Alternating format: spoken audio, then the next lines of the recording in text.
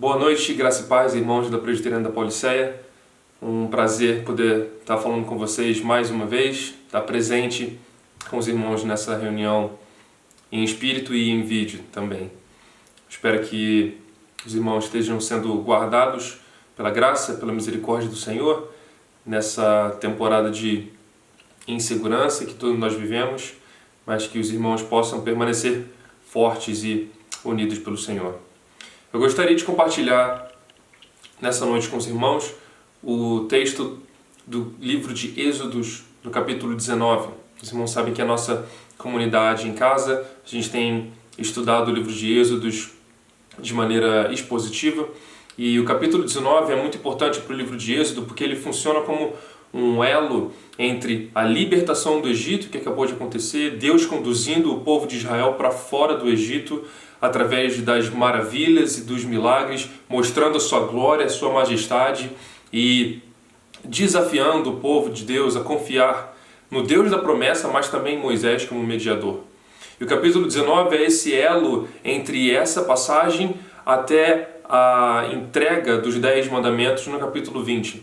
De forma que Deus não daria os 10 mandamentos para o povo de Israel sem primeiro reafirmar essa sequência que nós vamos chamar aqui nessa noite de história e ordem da graça. A história e a ordem da graça.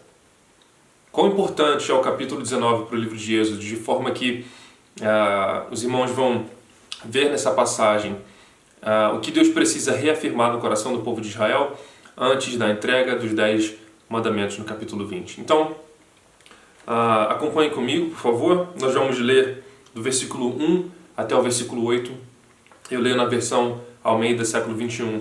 Assim diz a palavra de Deus, livro de Êxodo, capítulo 19, versículo 1. No fim do 3º mês, depois que os israelitas haviam saído da terra do Egito, naquele mesmo dia chegaram ao deserto do Sinai. Tendo partido de Refidim, entraram no deserto do Sinai, onde acamparam, e Israel ficou acampado ali, em frente do monte. Moisés subiu até Deus, e o Senhor chamou do monte, dizendo: Assim falarás à casa de Jacó e anunciarás aos israelitas: Visto que fiz aos egípcios, e como vos carreguei sobre asas de águia e vos trouxe a mim. Agora, portanto, se ouvirdes atentamente a minha voz, e guardardes a minha aliança, sereis minha propriedade exclusiva dentre todos os povos, porque toda a terra é minha. Mas vós sereis para mim reino de sacerdotes e nação santa. Essas são as palavras que falarás aos israelitas. Moisés voltou e, tendo convocado os anciãos do povo, expôs diante deles todas as palavras que o Senhor lhe havia ordenado. E todo o povo respondeu de comum acordo: faremos tudo o que o Senhor falou. E Moisés relatou ao Senhor as palavras do povo. Deus e Moisés estão basicamente dizendo para o povo, desde quando Moisés volta para o Egito para confrontar Faraó, Deus e Moisés basicamente estão dizendo: confie em nós, confie na promessa do Deus Yahvé, confie na promessa do Deus El Shaddai, porque o Senhor há de restituir a vossa sorte, o Senhor há de vos libertar do Egito e o Senhor há de vos levar à terra prometida. Deus pede a confiança não somente em si mesmo, mas Deus também desafia o povo a confiar em Moisés, estabelecendo aqui a figura agora de um mediador, que vamos ver tipificado depois na pessoa de Jesus. Confia em nós vamos levá-los para a terra prometida, uma terra que mana leite e mel, que é a terra que nós conhecemos hoje como a Palestina. Mas o que acontece de maneira interessante é que, se os irmãos olharem o mapa ali do norte da África e do Oriente Médio, Moisés e o povo de Israel estão no Egito, e a Palestina fica ao nordeste do Egito, e Deus está dizendo para o povo: confie em nós, confie em mim, eu hei de vos levar até a terra prometida. Mas enquanto Deus pede a confiança para esse caminho até a terra prometida, o povo está indo para o sul do Egito, caminhando em direção ao Monte Sinai, passando pelo deserto, localizado onde fica o Monte Sinai. Deus está dizendo, confia em mim, eu vou levá-los para a Terra Prometida, mas guiando o povo para uma direção totalmente oposta à Terra Prometida. A impressão que dá é, como a gente pode confiar? Como nós confiaremos na promessa de um Deus que nos leva para a Terra Prometida, mas levando-nos ao caminho para o deserto? Indo na direção oposta da Terra Prometida, da Terra que nos prometeu, terra da restituição das promessas. Será que tem algum paralelo que a gente consegue traçar com a nossa vida agora? Irmãos e irmãs que entregam a vida para Jesus e quando, nesse primeiro momento de animação, de vida nova, de regozijo na presença de Deus, ao ouvirem as promessas de vida eterna, ao ouvirem as promessas de vida abundante que Jesus nos dá, que Jesus nos confere, às vezes olham de volta para a sua família, para os seus estudos, para o seu trabalho, para os seus círculos de relacionamento e o que enxergam não é vida abundante, são dificuldades. Mais ou menos nessa ideia de que ao confiarmos a nossa vida para o Senhor, nós começamos a ver tudo caindo por água abaixo. Tanto irmãos e irmãs que entregam sua vida ao Senhor, irmãos experientes, maduros na fé, pessoas que já têm uma caminhada com o Senhor, mas também que ao encarar as promessas se veem cada vez mais longe, cada vez mais distante dessas promessas. Pessoas que trabalham no ministério, no nosso caso aqui, pessoas que vão para os campos transculturais para acolher as almas que estão prontas e quando chegamos aqui nos vemos incapacitados, não podemos nos encontrar, não podemos desenvolver nossos projetos e as promessas de Deus parecem cada vez mais longe. E é um desafio crer nessas promessas quando as coisas só pioram. Mas eu acho que há dois exemplos no Antigo Testamento que ilustram bem essa sequência da história e da ordem da graça que nós vamos estudar nessa noite aqui, refletindo no capítulo 19 do livro do Êxodo. O primeiro exemplo é a vida de José. Jacó é um homem que trabalhou 14 anos por a sua esposa Raquel e, enganado pelo seu sogro, recebe a irmã mais velha de Raquel, Lia, e desenvolvendo uma família onde ele tem uma esposa que ele realmente ama e outra esposa que ele está com ela só por questões de laços culturais e de respeito à cultura do sogro, isso cria uma família muito quebrada, uma família muito desestruturada, de forma que Jacó ama muito mais os filhos de Raquel do que os filhos que tem com Lia. Ele ama os filhos que tem com Lia, mas a preferência que ele tem por José, por Benjamim, é muito clara no livro de Gênesis. O que isso cria é, do lado de José, um adolescente arrogante, um menino mimado, que lidera os irmãos com arrogância baseada na segurança do favor que recebe do pai. Do outro lado, a gente olha para a vida dos irmãos de José, dos outros filhos de Jacó, e a gente enxerga essa ira, essa raiva, inveja contra a vida de José. E é claro que esse relacionamento não duraria muito tempo. O que acontece é que os irmãos de José o jogam no poço, ele é vendido como escravo e os irmãos já sabem a história de José daí em diante. Mas o exemplo que eu quero chamar a atenção nessa noite com os irmãos é o seguinte: nós olhamos a vida de José e José teve oportunidades onde ele revela sonhos de pessoas, onde ele dá conselhos e as pessoas se maravilham com o dom, com o Espírito de Deus que nele habita. E ele sempre pede uma oportunidade para que essas pessoas se lembrem da vida dele e ajam com misericórdia e o libertem. José ora ao decorrer desses anos de sofrimento e prisão para que Deus se lembre dele e o liberte. José ora por salvação. José ora por libertação, por lembrança da parte do Senhor. E o que ele enxerga é silêncio. Deus nunca responde nenhuma oração de José. Agora olhamos para a vida de Elias. Elias e seus servos estão numa cidade, cercados pelo exército inimigo, com a certeza de que vão morrer nas mãos desse exército. Na oração de Elias, pedindo socorro a Deus, Elias enxerga, quando Deus abre seus olhos espirituais, Elias enxerga carros de fogo, anjos rodeando a cidade. E ali eles têm a certeza de que o Senhor trouxe salvação. Eu tenho certeza que você, meu irmão e minha irmã, deseja esse tipo de oração respondida quando ora ao Senhor. Quando eu oro ao Senhor, esse é o tipo de oração que eu quero ver respondida. Eu quero que o Senhor me mostre as carruagens de fogo, os anjos ao meu redor, a proteção, a providência do Senhor. Mas isso não acontece com José. Porque a oração de José não foi respondida e a oração de Elias foi respondida. Aqui nós vemos dois tipos muito diferentes de salvação. O que Elias precisou foi um tipo muito simples de salvação. Salvação de um exército inimigo. Salvação das mãos desse exército. Uma salvação física. Mas o que José precisa, o que a sua família precisa, o que os seus irmãos, seu pai, o que eles precisam é salvação das suas almas. Salvação das suas almas. E esse é um milagre muito mais profundo a ser feito por parte de Deus do que salvação de um exército inimigo.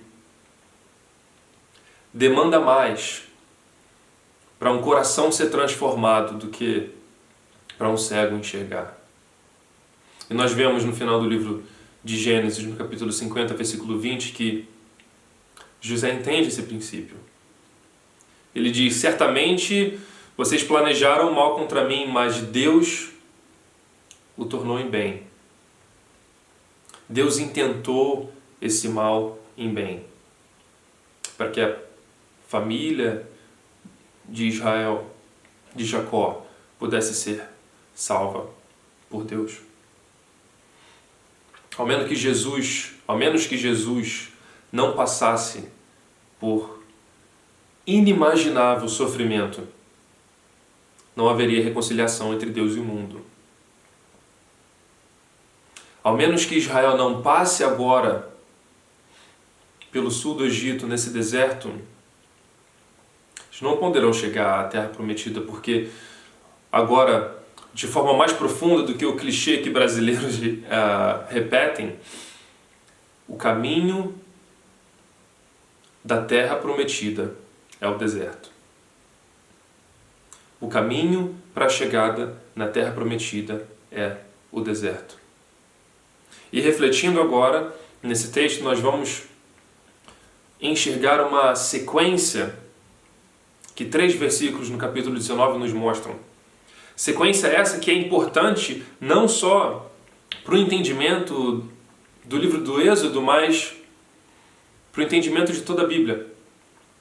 Nós, quando chegamos diante da palavra de Deus, quando chegamos diante desse livro que tem o poder para transformar a minha e a sua vida, nós precisamos ter em mente o correto entendimento de qual é a mensagem que nós lemos. Qual é essa mensagem que esse livro nos oferece? Qual é essa mensagem que o Deus do universo compartilhou? Essa mensagem das boas novas, a mensagem do Evangelho. 3 versículos aqui no capítulo 19 vão nos mostrar essa sequência. E essa sequência é importante para que nós tenhamos a correta compreensão da graça de Deus. O que é graça de Deus? Qual é a história da graça? Qual é a ordem da graça? Eu acredito que essa é a sequência que o Senhor mostra nesse texto. Primeiro, atos salvíficos da parte do Senhor. Segunda, obediência do povo. Terceira, bênçãos concedidas pela obediência. Atos salvíficos pelo Senhor. Obediência do povo. Bênçãos concedidas pela obediência. Leia comigo agora o versículo 4 do capítulo 19. Diz assim a palavra do Senhor: Vistes o que fiz aos egípcios e como vos carreguei sobre as asas de águias e vos trouxe a mim. O Senhor pede que o povo reflita em seus atos, naquilo que o Senhor tem feito com o povo de Israel. Vistes o que fiz. Vocês têm visto o que as minhas mãos têm feito por vocês. Como vos carreguei sobre asas de águia e vos trouxe a mim. Atos salvíficos da parte do Senhor. Versículo 5. Agora, portanto, se ouvirdes atentamente a minha voz e guardardes a minha aliança. Nossa obediência é responsável. Responsabilidade por obedecer da parte do povo. Agora, portanto, se ouvirdes atentamente a minha voz e guardardes a minha aliança. E ele continua. Agora, com as bênçãos transmitidas pela obediência. Parte B do versículo 5. Sereis minha propriedade exclusiva dentre todos os povos, porque toda a terra é minha. Atos salvíficos da parte do Senhor. Responsabilidade em obedecer. E bênçãos transmitidas e concedidas pela obediência. Meu querido irmão, minha querida irmã, nada pode acontecer em nossa mente que venha mudar a ordem dessa sequência. Se nós mudamos essa sequência, se nós mudamos a ordem de salvação, obediência e bênção, se nós colocamos, por exemplo, obediência, salvação e bênção, nós nos deparamos com um Deus que não é o Deus das Escrituras, que não é o Deus do Evangelho. É um Deus que mais se parece com o Deus muçulmano, Allah, onde eu não consigo acessar graça da parte de Deus se não obedecer e me submeter e tentar fazer alguma coisa para que mereça favor do Deus. Se na minha caminhada com Deus, se na sua caminhada com Deus, nós tentamos obedecer para que então mereçamos graça, obedecer para que então mereçamos atenção, mereçamos favor da parte de Deus, não é o Deus bíblico que adoramos. É uma figura que mais se parece com o diabo. É importante, meu irmão e minha irmã, que nós compreendamos a ordem da graça de Deus, como a graça de Deus funciona. É pela salvação, é pelos atos salvíficos da parte do Senhor de maneira graciosa que nós agora podemos e devemos, como responsabilidade, obedecer a esse Deus que nos salva, para que então alcancemos as bênçãos que Ele nos confere. E obediência essa que é gerada por amor, não obediência gerada por um sentimento de caramba, esse Deus me salvou, agora eu preciso obedecê-lo. Não. Na vida de Jesus Cristo, nós não temos somente salvação do inferno, salvação dos nossos pecados, salvação da nossa natureza. Na vida de Jesus, através do Espírito Santo de Deus, nós recebemos o poder para viver a vida que Jesus viveu. No Jesus de Nazaré, nós encontramos o poder para vivermos uma vida transformada, porque ao olharmos para Jesus, nós entendemos que a vida de Jesus é a melhor vida a ser vivida. A maneira como Jesus Cristo de Nazaré viveu nessa terra, isso é a plenitude de vida. Essa é a maneira que eu e você devemos viver. E quando o nosso coração é transformado pelo Espírito de Deus, nós obedecemos por amor. Nossos desejos são transformados de forma que nós entendemos, compreendemos com honestidade que viver a vida como Jesus é a melhor maneira de se viver. Aí então eu obedeço por amor e recebo as bênçãos que o Senhor me confere. E que bênção que é essa? sereis minha propriedade exclusiva, diz o Senhor no versículo 5. Propriedade exclusiva de Deus. No termo original em hebraico, propriedade exclusiva tem um significado mais profundo. Uma tradução seria talvez tesouro pessoal. E o que isso significa? Quando os reis tomavam uma cidade e traziam consigo ouro, prata, artefatos dessa cidade, em seu palácio o rei teria uma câmara que serviria para guardar esses artefatos trazidos das guerras, trazidos dos povos vencidos pelo rei. Porém, quando o rei amava muito um objeto, quando chamava muita atenção do rei, o rei tirava da câmara dos tesouros, que era uma sala no palácio, e trazia para o seu quarto pessoal. E aquele artefato era agora um tesouro pessoal. Aquele artefato era agora uma propriedade exclusiva. Esse artefato já é do rei. O rei já é dono de todo o palácio, já é dono dessa câmara, já é dono desses artefatos, mas ele traz para sua sala, de forma que confere esse poder de tesouro pessoal.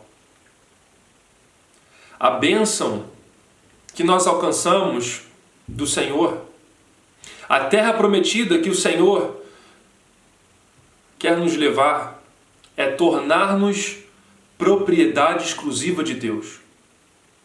Tornar-nos seu tesouro pessoal. Não viver uma vida de completa satisfação de todos os meus desejos.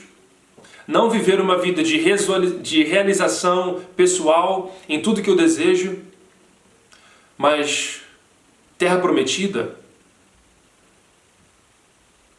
a última bênção que o Senhor tem para mim é transformar o meu coração, de forma que, ao obedecer Jesus Cristo por amor, Deus me torna seu tesouro pessoal. Deus me torna sua propriedade exclusiva e agora o Deus de todo o universo se deleita em mim. Tem prazer em mim, tem prazer na minha vida, tem prazer na sua vida.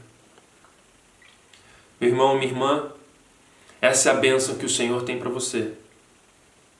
Essa é a bênção que o Senhor reservou desde a fundação do mundo.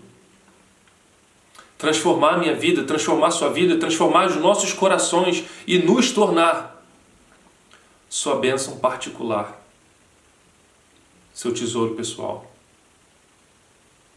Eu oro para que eu e você possamos entender essa sequência explícita nas Escrituras, para que a partir de hoje o Senhor possa moldar os nossos olhos, para que quando nós nos deparamos com a palavra de Deus, nós enxerguemos através dessas lentes salvação, obediência, bênção.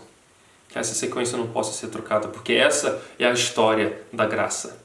Essa é a ordem da graça. Imagine José, antes do sofrimento, sendo conferido o poder de governador do Egito, um dos homens mais poderosos do mundo. Imagine esse menino arrogante e mimado,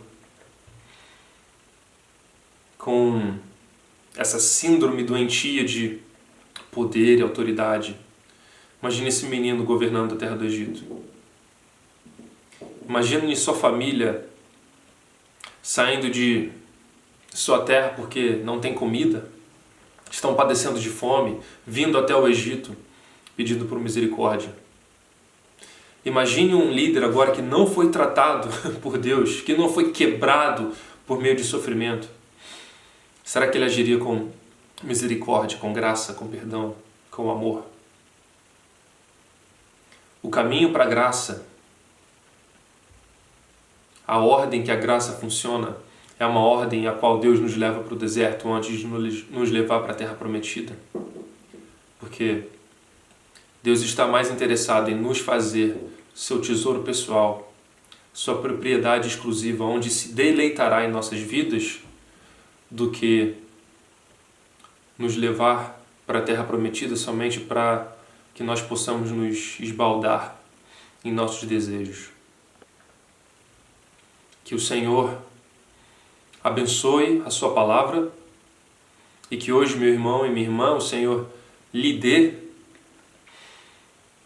fé durante a passagem do deserto, o dê paciência, que o Senhor lhes dê o poder para atravessar esse caminho, para que lá no final da jornada nós possamos nos deleitar no Deus do universo, Deus que nos amou com amor inimaginável, infinito, incompreensível, e para que nós, Igreja do Senhor, possamos nos tornar deleite do Deus do universo, do Criador, do nosso Pai eterno. Essa é a maneira